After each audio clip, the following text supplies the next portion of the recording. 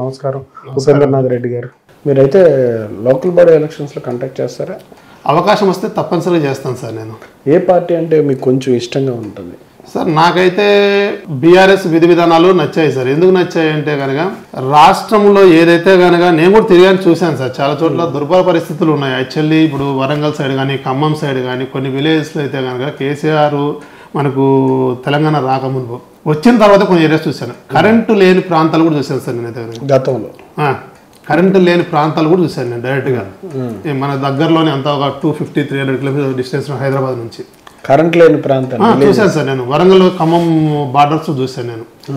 అట్లాంటి చోట్ల ఆయన ఇవన్నీ చూసే ఆయన సాధించుకొని ప్రాణం పోయినా పర్లేదని చెప్పేసి రాష్ట్రాన్ని తీసుకొచ్చారు. ఆయన ప్రత్యేక తెలంగాణ తీసుకొచ్చి ప్రజలకు ఏమేం కావాలి, ఇప్పుడు మనకి ఏం లేవు, ప్రజలకు చాలా వరకు కరెంట్ లేవు, రోడ్స్ లేవు, మెయిన్ ప్రాపర్గా వాటర్ లేదు. వాటర్ లేక ఒక పంట పండితే కూడా ఇబ్బంది అవుతుంది, దాంట్లో కూడా అప్పుల పాలైపోతున్నారు రైతులందరూ అని చెప్పేసి ప్రాపర్గా రిజర్వాయర్లు కడితే కనుక ప్రజలకు మంచి జరుగుతుంది అనే ఉద్దేశంతో ఆయన కాళేశ్వరం ప్రాజెక్ట్ చేయడం కానీ దాని మీద రకరకాలు చెప్పారు. అది పోయి ఇప్పటికి కూడా మరి కాళేశ్వరం ఏం కాలేదు, ఇంత వాటర్ వస్తున్నాయి ఏం కాలేదు, రకరకాలు నిందించారు ఆయన్ని కూడా. కానీ మంచి చేసేవాడు ఎప్పుడైనా సరే సార్ వస్తున్నాడు ముందు కంటే చెడ్డ వాళ్ళందరూ వెనకాల రాళ్ళు వేస్తూనే ఉంటారు, కంపల్సరీ వేస్తారు సార్. ఎందుకంటే ఆ వ్యక్తి మనకన్నా ముందుకు పోతున్నాడు కదా అని, అతను మంచి చేయట్లేదు అని కాదు, అతను మంచి చేసుకుంటూ ముందుకు వెళ్తున్నాడు, మనలాంటి వాళ్ళు ఎలా సర్వైవ్ అవ్వాలి అదే ధోరణి. అలాంటి మంచి వ్యక్తి ఉండి పార్టీని ఇప్పుడు ఆయన తనయుడు కేటీఆర్ గారు కూడా సిటీని ఇంత బాగా ఇప్పుడు మీరు కూడా చూస్తుంటారు, సిటీ ఇంత అద్భుతంగా ఫ్లైఓవర్స్ కానీ రేడియల్ రోడ్స్ కానీ తర్వాత కనెక్టింగ్ ప్రతి రేడియల్ రోడ్స్ ఎన్ని పెరిగాయి సార్. మొత్తం అంత కనెక్టింగ్ సరిగానే ఉండేది కాదు మొత్తం అంత ప్రాపర్గా. ఇప్పుడు అంతా ఓఆర్ఆర్ కానీ ఇవన్నీ దాని కనెక్టింగ్ కానీ ఇట్లా చాలా బాగా చేసుకుంటూ వచ్చారు. దానికి ఏంటంటే విజన్ ఉండాలి సార్. ఆ విజన్ ఉన్న పార్టీ ఏదంటే బీఆర్ఎస్ పార్టీ. నేను అబ్జర్వ్ చేసింది. కాంగ్రెస్ మీద ఏమైనా కంప్లైంట్ ఉందా? కాంగ్రెస్ మీద ఇప్పుడు ప్రభుత్వం వచ్చిన తర్వాత చూస్తున్నాం. యాక్చువల్లీ చాలా మంది ఏమనుకున్నారంటే రేవంత్ రెడ్డి గారు వచ్చే ముందు ఇచ్చిన పథకాలు ఏదైతే అనౌన్స్ చేశారో పల్లెటూర్లలో సార్, మెయిన్ సిటీ కన్నా పల్లెటూర్లలో ఎట్లా ఆలోచిస్తారంటే ప్రతి రూపాయి వాళ్ళకు చాలా ఇంపార్టెంట్. ఇప్పుడు ఫ్రీ బస్ అన్నారు మహిళలకి. ఫ్రీ బస్ అన్నప్పుడు ఒక కాయగూరలు అమ్ముకునే ఒక అమ్మ తల్లి ఎవరైతే ఉన్నారో ఆమె ఉదయం ఒక సిటీకి వెళ్ళి అమ్ముకొని రావాలంటే ఒక 20 రూపీస్ 30 రూపీస్ ఛార్జ్ ఉంటుంది.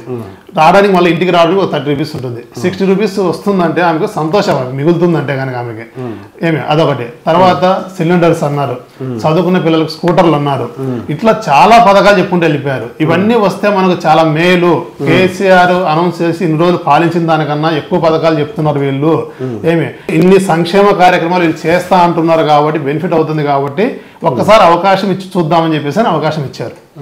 ఆ ఇచ్చిన అవకాశాన్ని దుర్వినియోగపరుచుకుంటున్నారు ఇవాళ వీళ్ళు. పూర్తిగా ఇంప్లిమెంట్ చేస్తలేరు, పథకాలు ఏమి ఇంప్లిమెంట్ అవుతలేవు. యాక్చువల్లీ రైతు బంధు అనేది రైతులకు చాలా అసలు వెన్నుముక లాంటిది. యాక్చువల్లీ రైతు బంధు అనేది అలాంటి రైతు బంధు ఇవాళ ఇంప్లిమెంట్ చేయలేని పరిస్థితిలో ఉన్నారు వీళ్ళకు. మెయిన్ అంటే ప్రాపర్గా ఎక్స్పీరియన్స్ లేకపోవడమే సార్. సీఎం గారికి ఏంటంటే ఆయన ఎమ్మెల్యేగా ఉన్నప్పటి నుంచి డైరెక్ట్గా మినిస్టర్ ఎక్స్పీరియన్స్ కూడా లేదు. సార్ డైరెక్ట్గా సీఎం అయ్యారు.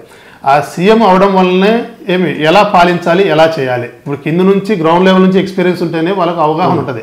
ఫండ్స్ ఎలా మొబిలైజ్ చేయాలి, దాన్ని ఎలా ప్రజల్లోకి సంక్షేమ పథకాలకు మార్చి తీసుకెళ్ళాలి, డెవలప్మెంట్కి ఎంత కేటాయించాలి, ఇవన్నీ తెలుస్తాయి. కానీ ఆయన కింద స్థాయి జెడ్పీటీసీ స్థాయి నుంచి వచ్చారు, గ్రామాల నుంచి అంటారు కదా. ఎంత వచ్చినా ఫండ్స్ ని ఎలా తేవాలి, ఎలా యూటిలైజ్ చేయాలనే సిస్టమ్ తెలియాలి సార్.